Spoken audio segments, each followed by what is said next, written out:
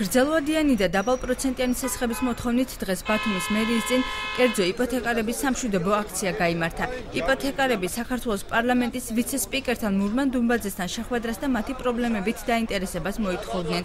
თუმცა მურმან დუმბაძესთან შეხვედრა ვერ მოხერხდა. პრესსამსახურის ცნობით ვიცე-სპიკერი სამუშაო ვიზიტით ამერიკაში იმყოფება. კერძო იპოთეკარები საკითხის მოუგვარებლობის შემთხვევაში საქართველოს პრემიერ-მინისტრთან ჩასვლას გეგმავენ. მანამ კი მურმან დუმბაძეს დახმარების იმედი აქვთ. პრესსამსახურის ცნობითვე მურმან დუმბაძე ბათუმში ხვალ დაბრუნდება, თუმცა როდის მოახერხებს მოსახლეობასთან შეხვედრას და მათი პრობლემების მოსმენას კონკრეტული თარიღი უცნობია.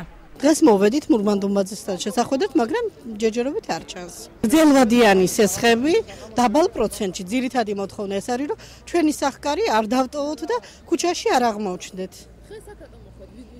ყოველდღიური აქცია არის, გამოვდივართ, რომ იქნებ მოგვაქციოს მთავრობამ ყურადღება და რაიმე გადაწყდეს ხალხის სასარგებლოდ.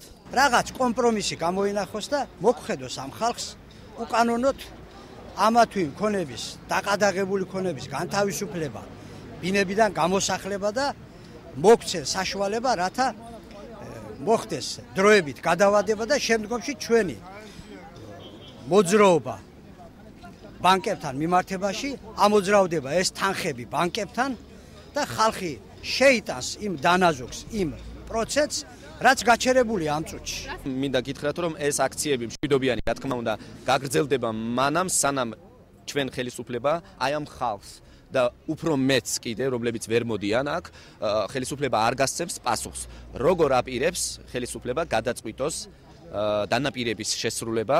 ჩვენ ვთავაზობთ ხელისუფლებას მარტივ გამოსავალს. პირველი, რაც უნდა გაკეთდეს ამ ეტაპისთვის, შეჩერდეს გამოსახლებების პროცესი და მეორე ეტაპისთვის ყველა ამ დაზარალებულ ოჯახებზე გაიცეს დაბალპროცენტიანი გრძელვადიანი კრედიტები.